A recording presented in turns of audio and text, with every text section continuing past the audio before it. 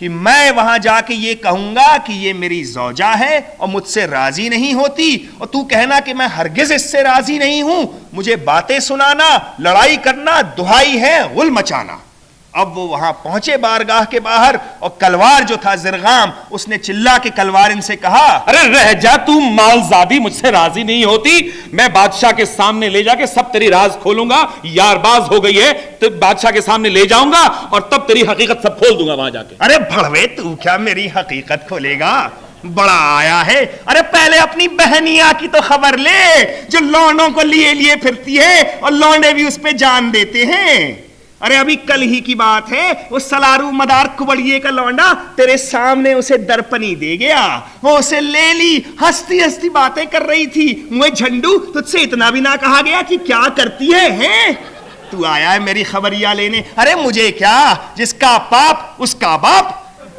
لیکن یہ تو میں نے دیکھا ہے جی کہ کورے بننے سے اور پارسائی بگھارنے سے اپنی جان چوکھوں میں جاتی ہے، اس لیے میں اتنا بولی، ورنہ مجھے کیا، وہ سلارو مدار کبڑیے سے 3 پیٹ رکھوائے اور 3 گروائے۔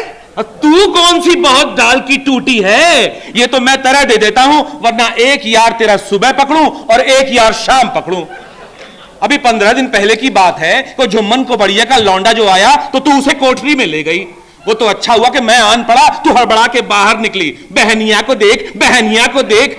ارے تو اپنی تو دیکھ، تو میری جورو ہے کہ نہیں، میں تو سے زبردستی قبضے میں لاؤں گا۔ تو بڑا آیا طاقت دکھانے والا، میں حلال خور کے پاس جاؤں گی، تیرے ساتھ نہ رہوں گی، چلا ہے بھڑوے مجھے زبردستی دکھانے۔ ارے چھتیسی، ارے دیدہ پیٹی، آگ لگے تیرے منہ میں، ارے کیڑے پڑے، ارے کوڑ ٹپکے تیرے تن سے، اس نے مجھے پورے خلق میں بدنام کیا، ارے پوری برادری میں میری ناک کٹوا دی۔ سب کہتے ہیں نا کہ تھالی پھوٹی کہ نہ پھوٹی، جھنکار تو ہوتی۔ ارے ہائے ہائے، اس نے مجھے بدنام کیا، اور سب یہی کہیں گے نا کہ مداری چودھری کی بہو ایسی ہو گئی ہے کہ ایک یار صبح رکھتی ہے، ایک یار شام رکھتی ہے۔ ارے میں بدنام ہو گیا، میں برباد ہو گیا، ہائے ہائے دیکھو اس کو۔ یہ کہہ کے اس نے جھونٹا پکڑ کے جو کلوارن کی پٹائی کرنی شروع کی، اس نے دہائی ہے کا غل مچایا۔ اندر بارگاہ سے افراسیاب نے ملازموں سے پوچھا یہ کیا باہر غل ہوتا ہے؟ وہ باہر آئے، دونوں کو پکڑ کے اندر لے گئے۔ افراسیاب نے پوچھا ارے بھائی تم کیوں لڑتے ہو؟ حضور یہ میری جورو ہے، مجھ سے راضی نہیں ہوتی۔ افراسیاب نے جو کلوارن کا روپ اوپر سے نیچے دیکھا، فریفتہ ہوا، پوچھا تو کیوں راضی نہیں ہوتی؟ نہ حضور میں غلام کے ساتھ رہ لوں گی، اس کے ساتھ نہ رہوں گی۔ یہ موا نہ کھانے کو دیتا ہے نہ کپڑے کو دیتا ہے، مار مار کے ہڈیاں چور کر دیتا ہے، جو کماتا ہے رنڈیوں میں اڑاتا ہے، میں ایسے خصم کے ساتھ کیوں رہوں جو مجھ پہ ہاتھ اٹھاتا ہے؟ حضور یہ سراسر جھوٹ بات ہے، یہ خود بہت بڑی یار باز ہے۔ افراسیاب نے کہا کہ ایسا ہے تم لوگ جھگڑو مت، 2-4 مہینے سرکار میں رہو، جس کا گناہ ثابت ہوگا اسے سزا ملے گی۔ بس برق نے یہ دیکھا کہ افراسیاب نے تجھے اپنے پاس رکھ لیا، یہ سمجھا کہ عیاری کام کر گئی، بہت خوش ہوا اور تن کے بہت ناز و ادا افراسیاب کو دکھانے لگا۔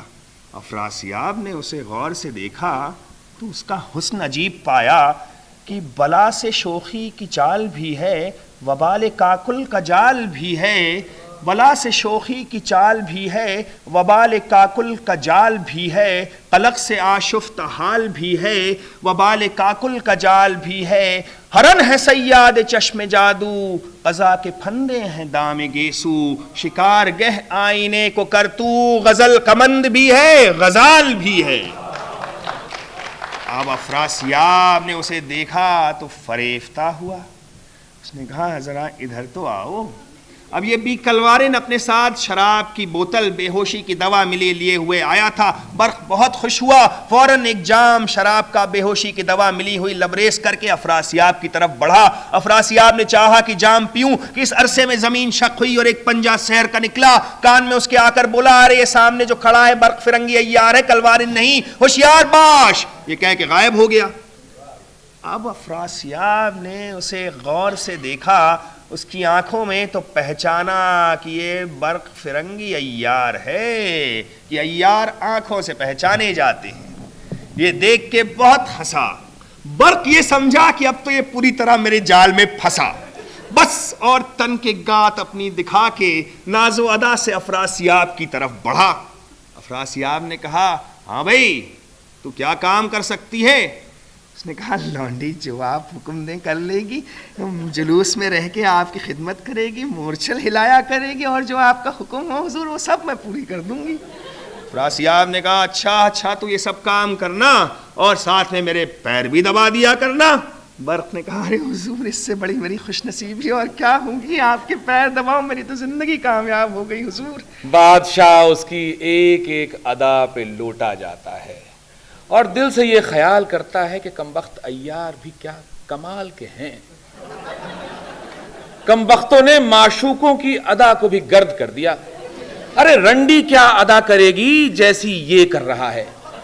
بس فی الجملہ بزیر لب کچھ افسوں پڑھا کہ ایک کرسی، ایک چوکی سنگ مرمر کی بنی ہوئی فلک پر سے اتر آئی، ہشت پہل ترشی ہوئی، مخمل سرخ سے رنگی ہوئی۔ اب جو بادشاہ نے چوکی کو نیچے اتارا، برق فرنگی عیار سے کہا آؤ چوکی پہ بیٹھو۔ یہ سمجھا کہ بادشاہ مسخرہ میرے جال میں پھنسا، آج رات کو باغ سیب میں ساتھ میں لے جا کے سلائے گا اور میں موقع دیکھ کے اس کو بے ہوش کر کے راہ فنا دکھاؤں گا۔ یہ خیال کر کے کمر کو 3 بل دے کے تیوری نزاکت سے چڑھا کے چوکی پہ آ کے بیٹھا۔ شاہ جادوان زور سے ہنسا، اے جانی اب تم کہیں نہ جانا، ہم تمہارے عاشق ہوئے۔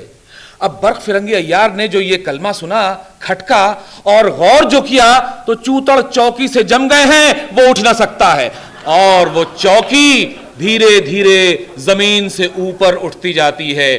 یہ بہت گھبرایا، افراسیاب جست کر کے تخت پر سے اس چوکی پہ آیا اور کہا میاں برق فرنگی عیار خیریت سے رہے۔ اب جو برق نے دیکھا کہ عیاری سب کھل گئی تو اور دیدہ دلیری سے بولا حضور آداب عرض کرتا ہوں، کہہ کے جھک کے تسلیم کی۔ شاہ جادوان قہقہا مار کے ہنسا۔ نے کہا ارے حضور آپ ہنستے کیوں ہیں؟ اجی اس وقت نہ ہم عیاری کو آئے تھے نہ دشمنی کو آئے تھے، بس آپ سے ملنے چلے آئے تھے۔ ہماری کمبخت عادت ہی ایسی بری ہے کہ جہاں کسی کو 2-3 بار دیکھا بس اس سے محبت ہو گئی۔ آج چنانچہ آپ کو ہی بہت دن سے نہیں دیکھا تھا، خیال ہوا کہ بڑے عرصے بعد آپ آئے ہیں، چنانچہ آپ کو دیکھنے چلے آئے۔ ہمیں کیا پتا تھا آپ ایسا سلوک ہمارے ساتھ کریں گے۔ ابے چل تو فکرے دیتا ہے، وہ تو اچھا ہوا کہ ایک سحر کا پنجہ آ کے مجھے آگاہ کر گیا، ورنہ تو نہ جانے کیا گل کھلاتا۔ میں تجھے بغیر قتل کیے زندہ نہ چھوڑوں گا۔ ارے شہنشاہ جائے انصاف ہے، ذرا غور کیجئے، آپ شہنشاہ جادوگران ہیں، اگر مجھ جیسے ادنا چھوٹے سے عیار کو آپ نے قتل بھی کر دیا تو کیا آپ کے نام و نمود میں کوئی اضافہ ہو جائے گا؟ لوگ کیا کہیں گے ہاں ایک کیڑا تھا مسل دیا۔ لیکن اگر آپ نے مجھے چھوڑ دیا تو لوگ کہیں گے ارے دیکھو افراسیاب کیا دریا دل بہادر آدمی ہے، دشمن کو قید کرتا ہے اور چھوڑ بھی دیتا ہے۔ یہ سن کے افراسیاب پگھلا اور برسرے رحم آیا، دل میں خیال کیا کہ رہا کر دوں، پر تیور بادشاہ کے پہچان کے حیرت نے کہا ارے حضور آپ کس کی باتوں میں آ رہے ہیں؟ اس کی آپ کی کون سی الفت ہے؟ ارے یہ فیل باز ہے، مکار، اگر آپ نے اسے رہا کیا تو آپ کے پیر بھائی کو بہت زک پہنچائے گا۔ اس کو رہا کرنا قرین مصلحت نہیں۔ مسئلہ آپ نے سنی ہوگی، نیکی کرنا بدوں سے ایسا ہے، نیکی کرنا بدوں سے ایسا ہے جیسے نیکوں سے کی بدی تو نے۔ افراسیاب نے کہا اے ملکہ تم سچ کہتی ہو، میں اس کو دشمن جان کے اس طرح ہلاک کرتا ہوں کہ بے آب و دانہ تڑپ تڑپ کے مر جائے۔ یہ کہہ کے اس نے ایک دانہ ماش کا سحر پڑھ کے اس چوکی پہ ایسا مارا کہ وہ چوکی بروئے ہوا دور آسمان میں اڑتی ہوئی گئی اور وہاں آسمان میں جا کے معلق قائم ہو گئی۔ اب جو برق نے دیکھا وہاں آسمان میں اٹکا ہوا کہ نہ یار و مددگار، نہ آب و دانہ، نہ کہیں آنا نہ کہیں جانا، نہ کوئی ٹھکانہ، دھوپ کی شدت دل سوزی کے لیے، آفتاب سر پر، فلک دشمنی پر، جیتے جی عالم برزخ میں آ گیا۔ یہ سوچ کے بہت حیران ہوا، آنکھوں سے آنسو بہانے لگا کہ یہ کیسی مصیبت دیکھی، نہ کسی کے پاس جا سکتا ہوں، نہ کسی سے کچھ کہہ سکتا ہوں، نہ کچھ کھانے پینے کو ہے۔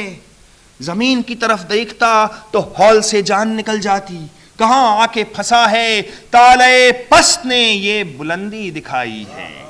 اجی یہ سوچ کر دوستوں کو یاد کرتا اور آہ کی نئے بجاتا اور یہ اشعار زبان پر لاتا کہ میں وہ سوختہ سر ہوں کہ جل گئے پر میری خاک سے دانہ شجر نہ ہوا، جو ہوا بھی تو ہو کہ وہ جل ہی گیا، کبھی قابل مرگ و ثمر نہ ہوا۔ کہوں کس سے ملال کا اپنے سبب، وہی غم ہے صدا وہی رنج و تب، گئے پار فلک کے یہ نالے شب، تیرے دل پہ ذرا بھی اثر نہ ہوا۔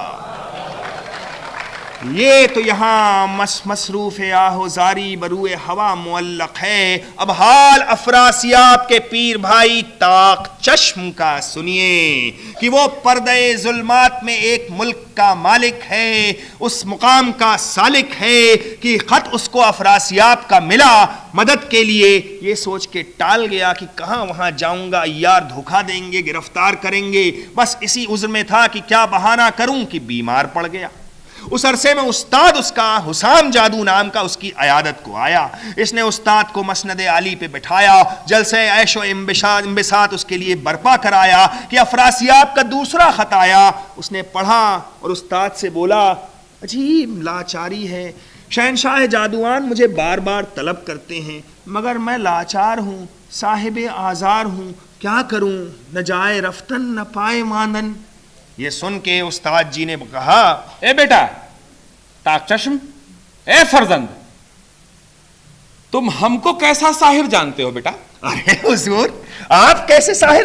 ارے آپ میرے استاد ہیں، آپ افراسیاب کے استاد ہیں، آپ کے مرتبے کا ساحر تو پورے طلسم میں نہیں ہے حضور۔ آپ پوچھتے ہیں کہ میں کیسا ساحر ہوں؟ کمال ہے حضور، شرمندہ کرتے ہیں آپ مجھے۔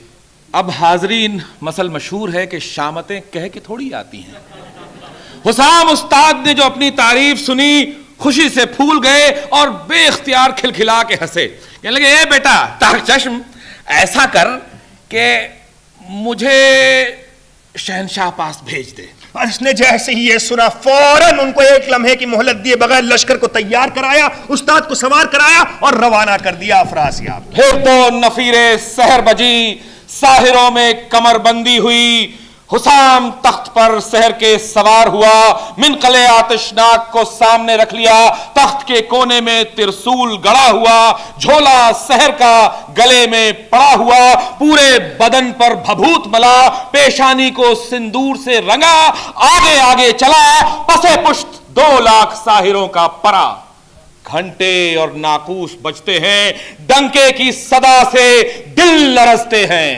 چلی اس طرح فوج یہ بے شمار، کہ چلتی ہے جس طرح کوا گہا، برستی تھی آگ اور شعلے اٹھے، کہ گردوں کو اندیشے پیدا ہوئے، ہزاروں اشتہے اڑتے ہوئے ساتھ، کہ سقف فلک میں نہ لگ جائے آگ۔ یہ اس طرح روانہ ہے اپنی فوج کو لیے ہوئے، بہت جلدی منازل طے کرتا ہوا طلسم ظاہر میں پہنچا جہاں حیرت کی فوج تھی۔ وہاں اپنا تخت اتروایا زمین پہ اور ایک نامہ افراسیاب کو بھیجا۔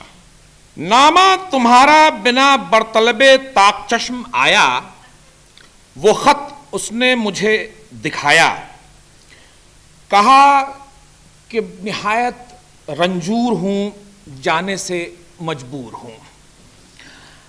مجھے اس کے حال پر ترس آیا اور اس کے عوض میں نے تکلیف سفر گوارا کی، میں آتا ہوں، یہ کہہ کے ایک پنجے کا سحر کا پنجہ پیدا کیا، اس کو نامہ دیا، کہنے لگا کہ جہاں افراسیاب ہو وہیں جا۔ بس یہ نامہ فوراً افراسیاب کے پاس پہنچا۔ وہ ملکہ حیرت کے ساتھ بیٹھا تھا، نامہ پڑھ کے بہت خوش ہوا، کہنے لگا، ارے ملکہ تم فکر مت کرو، اب کی ایک بہت زبردست ساحر ہماری مدد کو آنے والا ہے۔ یہ کہہ کر اہل دربار سے بولا، کیوں صاحبو، کسی نے حسام جادو کا نام سنا ہے؟ ابریق وزیر وہاں حاضر تھا، فوراً بولا، ارے حضور وہ تو آپ کے استاد ہیں، ارے وہ تو بہت بڑے ساحر ہیں، ہمارا تو کام ہو جائے گا۔ افراسیاب نے ملکہ حیرت سے کہا ملکہ ایسا زبردست وہ ساحر ہے کہ سحر اس کا آب ہے، 6 مہینے آتش پرستی کرتا ہے، 6 مہینے آب پرستی، اس مرتبے کا وہ ساحر ہے کہ تمام ساحران طلسم جمع ہو جائیں، وہ ایک طرف ہو تب بھی ان پہ غالب آئے گا، میرے دادا کی تلوار بھی اسی کے پاس ہے، کئی بار مانگ چکا ہوں نہیں دیتا ہے، اب کی شاید جا کے لے آؤں گا۔ یہ کہہ کے افراسیاب باغ سیب کی طرف روانہ ہوا۔ ادھر حسام بدانجام بعد طے منازل اور مراحل لشکر حیرت پاس اترا۔ حیرت جادوگرنی باہر آئی، استقبال کیا حسام استاد کا اور اندر لے گئی۔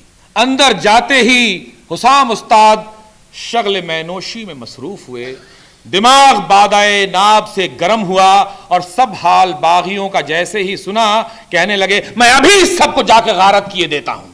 حیرت نے کہا رے ابھی مت جائیے، آپ تھکے ماندے آئیں، ذرا آرام کر لیجئے، صبح جائیے گا، ان لوگوں کو بھی یہ موقع نہ ملے تو کہیں کہ ہمیں غفلت میں مار دیا، آپ صبح جائیے گا اور سب کو شام فنا دکھائیے گا۔ بس اس نے توقف کیا اور اپنے خیمے میں آیا۔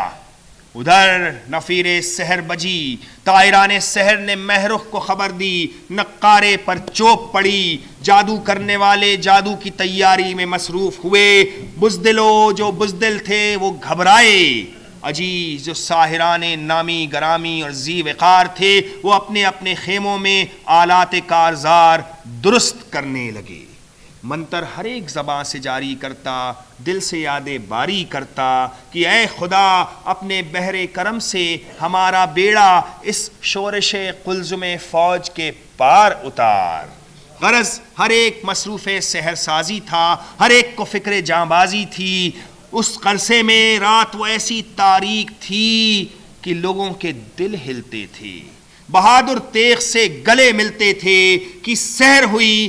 حیرت اپنے لشکر کو لے کے 2 لاکھ ساحروں کا پرا فوج قاہرہ کو لے کر روانہ ہوئی، ادھر سے مہرخ بھی اپنی فوج کو لے کر آئی، صفیں آراستہ ہوئیں، کڑکیت چاوش نقیب ہر سمت پکارتے پھرتے تھے کہ کہاں ہیں وہ کاشغر و کشمیر کے ساحران ناموران، اور کہاں ہیں وہ بنگالہ اور کامروپ کے جادوگران۔ اب نہ فرعون ہے، نہ نمرود ہے، نہ دمامہ ہے، نہ شمامہ ہے، کون ایسا جیالہ ہے جو ساحروں کے خدا سامری و جمشید کے نام پر اس مارکے جدال و قتال میں اتر جائے اور اپنا نام کر جائے کہ نام ہی تو دنیا میں ہے، آخر کو تو سب کا ٹھکانہ وہی تاریک لحد ہے کہ نہ ہے گور دارا نہ قبر سکندر، مٹے نامیوں کے نشان کیسے کیسے، چاہیے کہ لڑ کے مر جاؤ اور اپنا نام کر جاؤ۔ اس للکار کو سن کے حسام بدانجام فوج کے پرے سے الگ ہوا اور اجازت لینے کے عوض حیرت کی طرف تن کے دیکھا۔ حیرت نے کہا بول استاد حسام کی جے جے۔ سارے لشکر میں جے جے کا غل ہوا، یہ ناکام آگے بڑھا اور فوج کی طرف مہرخ کے بنگاہے تیز و گرم دیکھ کے پکارا کہ اے فرقے نمک حرامان، تم جانتے ہو کہ ہم کون ہیں اور کس مرتبے کے ساحر ہیں؟ اب بھی دیر نہیں ہوئی، فوراً اطاعت اہل اسلام کو چھوڑ کر حاضر خدمت شہنشاہ عالی مقام ہو، ورنہ سب اپنے اپنے سر کنار میں دیکھو گے۔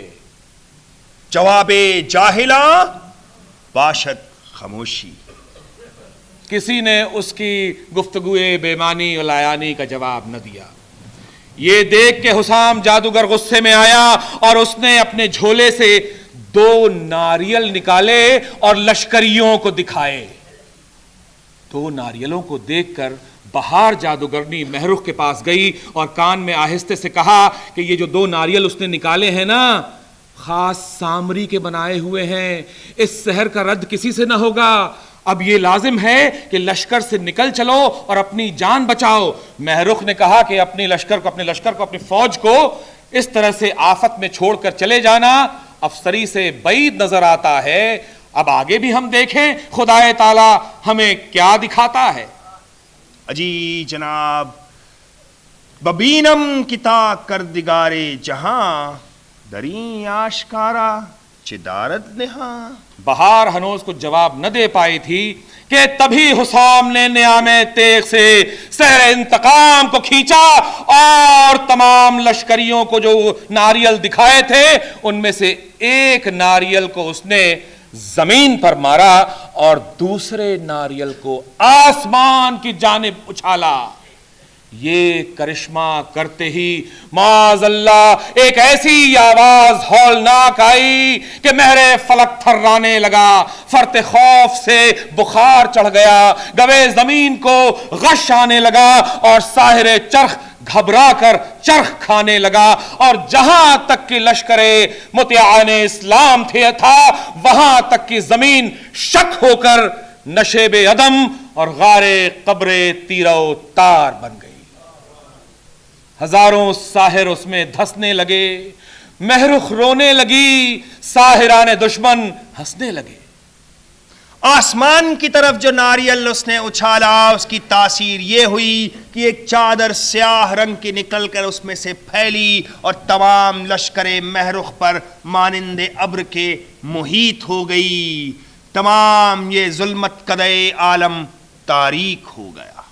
اس سفید اس کالی چادر سے سیاہی مثل کاجل کے نکل کر گرتی اور زمین پر ہر طرف اندھیرا چھا گیا. مہرخ کے لشکر کے ہاتھ کو ہاتھ نہ سجھائی دیتا تھا. شامت ہر ایک کی آئی تھی. تیرگی بخت اور تیرا بختان سب ایک جگہ جمع ہو گئے تھے. بوم شوم کا سایہ نحوست اس لشکر پر پڑا تھا. اجی ہر طرف ہلچل مچی, بھگدڑ پڑی, کسی کو کچھ راہ نہ ملتی تھی. ایک دوسرے سے ٹکراتے تھے, نشیب میں گرتے تھے, بھاگ کر کہاں جاتے, اندھے راہ کہاں پاتے. ساحر جو نامیوں نامور تھے سحر پڑھ کے دستک دیتے تھے اور دم کرتے تھے پر کچھ اثر نہ ہوتا تھا. اور وہ چادر سیاہ بڑھتے بڑھتے گردے لشکر حلقہ زن ہوئی. جملہ سپاہ میں بادشاہ زمین جو شک ہوئی تھی اس کے نشیب میں آ گئی.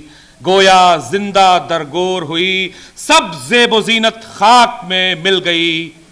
اس وقت کی آفت کہاں عقل میں سینہ چاک کی طاقت جو رقم کرے. آخر الامر جب اس لشکر پہ یہ آفت آئی تو حسام جادوگر چلا کے پکارا, اے گروہ گمراہان, مار ڈالنا تمہارا کوئی مشکل نہیں. چاہوں تو ابھی چٹکیوں میں تمہیں مسل دوں, لیکن ابتدا سے مزاج ہمایوں بادشاہ کا تمہاری پرورش پہ مائل رہا ہے, اس لیے تمہیں طرح دیتا ہوں اور اتنی مہلت دیتا ہوں کہ آج کی یہ دن اور آج کی رات اگر صبح تک تم نے اطاعت شاہ جادوان نہ قبول کی تو جیسے اس وقت نشیب میں پڑے ہو ایسے ہی زمین کو حکم دوں گا, وہ دوڑی آئے گی اور برابر ہو جائے گی اور تم اس میں بند ہو جاؤ گے, اور یہ سیاہی تمہیں ظلمت عدم دکھائے گی, آگ برسائے گی, تمہارا نام و نشان خاک میں ملا دے گی. یہ کہہ کر اپنے لشکر کو لے کر پھرا. حیرت اس پہ سے زر نثار کرتی ہوئی چلی. یہ سب وہاں لشکر میں آئے اور وہاں جلسہ ہوا, عشرت ہوئی, عیش و انبساط برپا ہوا. حسام بدانجام دن بھر کا تھکا ماندہ اپنی بارگاہ میں آیا. سرائچے بارگاہ کے اٹھوا دیے اور صحن خرگاہ میں پلنگڑی بچھا کے لیٹ گیا. لطف شب ماہ دیکھتا جاتا تھا. سامنے جنگل کا سبزہ بھی کیا خوب کیفیت دکھاتا تھا. اس خوشی میں تھا کہ نیند آتی تھی. ادھر امر اور مہرخ کا جو لشکر تھا ان کی آہو بکا عرش کبریا تک پہنچتی تھی. وہ جب زار زار روتے تھے عشرت پذیران عالم کے ہوش کھوتے تھے. یا رب ہے کریم نام تیرا, ستار و رحیم نام تیرا. کفار لعین اور تیرا ایمان ہے تشنا خونے دشمن جان. غالب ہوا کفر عاجز اسلام, یا رب ہو تیرا نیک, یا رب ہو ہمارا نیک انجام. یہ دعا ان کی بارگاہ کبریا میں پہنچی, مراد دل حصول ہوئی. یعنی حسام استاد بادشاہ ساحران زمین کی سیر کرتے کرتے آسمان کی طرف دیکھنے لگا پیر فلک کو اس کی استادی پہ رشک آیا کہ یہ مجھ سے بڑھ کے کون ستمگر پیدا ہوا ہے کہ جس نے لشکر اسلامیان کو یوں خاک میں ملایا، بس گردون دوں اس کا دشمن ہوا۔ اور آسمان کی سیر کرتے کرتے استاد جی کی نظر اسی چوکی پر پڑی جس پہ برق فرنگی بیٹھا ہوا تھا۔ زمین سے ان کو ایسا لگا کہ کوئی ستارہ ٹوٹ گیا ہے۔ جی ایسا لگتا تھا کہ ساکنان فلک نے ایک سقف سپہر پہ کوئی قندیل لٹکا رکھی ہے، یا پھر کوئی ستارہ ٹوٹ کر برج زمہر پر جم گیا ہے۔ یہ دیکھ کر یہ حیرت میں آئے۔ اس کوتاہبی نے دوربین سحر لگا کر جو اسے دیکھا تو ایک چوکی بلور کی ہے ایسا لگتا ہے کہ مہتاب کا عکس پڑنے سے مثل کوکب کے درخشاں ہے۔ یہ دیکھ کے حیرت میں آئے۔ رد سحر جو انہوں نے پڑھا، سحر پڑھ کے دستک جو دی، ہر چند کی برق فرنگی افراسیاب کے سحر سے آسمان میں بیٹھا ہوا ہے، لیکن یہ افراسیاب کا استاد ہے۔ استاد استاد ہوتا ہے، شاگرد شاگرد، شاگرد کبھی استاد کے مرتبے تو پہنچ ہی نہیں سکتا۔ تو بس اس نے جو سحر کیا تو وہ چوکی چکر کھاتے ہوئے آتے ہوئے آ کر زمین پر بیٹھی۔ اب جو اس پہ برق فرنگی عیار موجود تھا، 2 روز سے بھوکا پیاسا بیٹھا تھا، اور لشکر کا اپنے حال زبوں کو بھی اس نے اسی بلندی پر سے دیکھا تھا، اور دل سے خیال کرتا تھا کہ اب رہائی ممکن نہ ہوگی، کیونکہ ہمراہی بھی سب اپنے خاک میں مل گئے۔ اسی فکر میں تھا کہ وہ جو چوکی میں حرکت ہوئی، اس نے نیچے جھانک کے دیکھا تو نیچے ایک ساحر بڈھا بیٹھا ہے بارگاہ میں۔ یہ چوکی اسی کے جانب چلی جاتی ہے کہ گو کے 2 روز سے باوجہ گرسنگی اور تشنگی پریشان حال تھا، اور جو صورت اس نے کنیز بادشاہ کے ایسی بنا رکھی تھی اس میں بھی کچھ تغیری آ گئی تھی۔ بہت جلد اترتے اترتے اس نے خود کو درست کر لیا۔ اب صاحب جب وہ چوکی نیچے زمین پہ آئی، استاد جی نے کچھ اور ہی صورت ملاحظہ فرمائی۔ دیکھا کہ ایک عورت قبول صورت بمشابہ شکل حور، سراپا بقع نور اس چوکی پہ بیٹھی ہے۔ نچا کھچا مکھڑا ہے، منہ تمتمایا ہوا ہے، منہ پریشان ہے، بصر عریاں ہے، ماتھے پہ ایک تمغہ ہے جس پہ لکھا ہے کنیز افراسیاب جادو۔ ایسا اس کا حسن تھا کہ صاحب یوسف نے تو خاص خواب میں بھی یہ صورت نہ پائی ہوگی۔ وہ کون سی طبیعت تھی جو زلیخا اس کے عشق میں نہ بنائی ہوگی۔ ناگہاں ایک چاند کے ٹکڑے پہ پڑی میری نظر، ہو گئے جلوے رخسار سے آنکھیں روشن، مہوش عشوگری آفت جانے شوخی، گل رخے سرو کدے نوش لبے غنچہ دہن، سانپ بیٹھا ہوا شب تاریک پہ ڈال کے پھن، نصف خورشید درخشاں ہے جبینے روشن۔ اب جو وہ چوکی ان کے سامنے آئی اور انہوں نے برق فرنگی کو دیکھا تو استاد جی ساری استادی بھول گئے، دیوانہ ہو گئے اور باولے ہو کر بولے، اے مہپارا، تجھ کو کس نے یہ کاہش دی ہے؟ اے پری، تو کیوں اڑ رہی تھی؟ شاید کنیز افراسیاب جادو ہے، ماتھے پہ تمغہ لگا ہے۔ ہاں ہاں ہاں۔ اس نے کہا، ارے دیوانے کیوں باولا ہوا ہے؟ ارے شہنشاہ نے مجھے قید کیا ہے، تو بھی اس کے ساتھ قید ہو جائے گا۔ اگر کوئی معزز ساحر ہے تو مجھے رہا کرا دے، اور کوئی ایرا غیرہ ہے تو جلدی ہوا میں اڑا دے۔ اے جانی، اے مائے زندگانی، کیا تجھ سے خطا ہوئی جو زہرا منش ہو کر ہاروت وار چاہے عذاب میں لٹکی، یا شمع قندیل ہے کہ اڑے بغیر حسن نہیں دیتی؟ اس نے کہا، ارے دیوانے کیوں باولا ہوا ہے؟ ابھی تو میں قید ہی ہوں، پھر میں قتل بھی کر دی جاؤں گی۔ ارے جس بادشاہ نے اتنی سی غلطی پہ جام شراب لے کے جاتی تھی، ٹھوکر لگی، جام گر گیا، مجھے یہ سزا دے دی کہ بے آب و دانہ آسمان میں معلق کر دیا۔ جب کسی غیر مرد سے بات کرتے دیکھے گا تو جانے میرا کیا حال کرے گا. بس اڑا دے مجھے, یہاں نہ رہنے دے, جلدی کر. اب حسام جادو نے جو دیکھا کہنے لگا ارے بادشاہ کو اس وقت نشہ شراب کا رہا ہوگا, ورنہ یہ کوئی ایسی خطا تھوڑی ہی ہے, میں تیری سزا معاف کرا دوں گا. ہیں یہ سوچ کے دل سے خیال کیا کہ اے حسام, تو نے ابھی ابھی اتنا بڑا کام کیا ہے بادشاہ افراسیاب کا, کیا وہ اس کنیز کو تجھے نہ دے گا؟ ارے ضرور دے گا. یہ کہہ کے اس نازنین سے پوچھا, اس غارت گرے جان سے پوچھا کہ اے مہپارا یہ بتا, بادشاہ نے کبھی تجھے ہاتھ تو نہیں لگایا؟ کیا بات کرتے, ہاتھ کا لگائے گا, کبھی نظر بھر کے دیکھا تک نہیں انہوں نے. اور دیکھیں گے بھی کیوں, مجھے تو مردوں کی ذات سے ہی نفرت ہے. مردوں کی صورت دیکھتے ہی مجھے وحشت ہونے لگتی ہے, مردوں کا کوئی اعتبار نہیں ہے. یہ کہہ کر انگڑائی اس نے لی کہ پیٹ, سینہ اور بغل کھل گئی. استاد جی دیوانے ہوئے اور بولے, انگڑائی لے کے اپنا مجھ پر خمار ڈالا, کافر کی اس ادا نے مجھ کو تو مار ڈالا.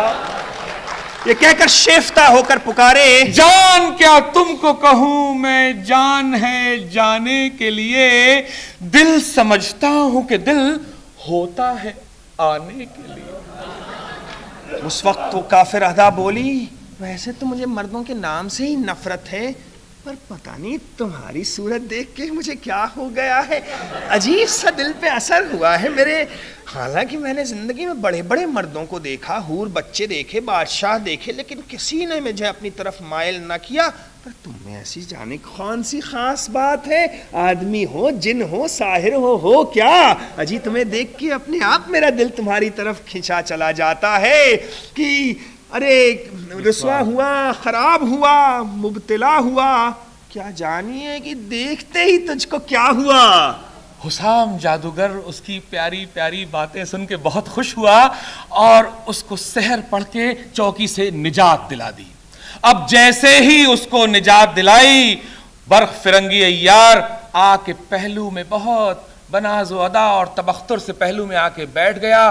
حسام جادو نے اس عرصے میں ایک نامہ افراسیاب کو لکھا کہ اے شہنشاہ جادوان, میں نے تیری کنیز معطوب کو چوکی سے چھڑا لیا اور اپنی خدمت میں اسے لایا, اطلاعاً تجھے لکھ بھیجا. یہ لکھ کے نامہ چوکی پہ رکھا اور چوکی کو حکم دیا کہ اے چوکی, جہاں افراسیاب ہو وہیں جا. یہ چوکی اڑتی ہوئی چلی. اب جو برق نے دیکھا کہ چوکی اڑتی ہے, خیال دل میں آیا کہ چوکی جائے گی افراسیاب کے پاس, اسے حالات سے آگاہ کرے گی, وہ بھاگا ہوا آئے گا, میں گرفتار ہو جاؤں گا, جلدی کچھ تدبیر کرو. یہ سوچ کر استاد جی کے بغل میں بیٹھا.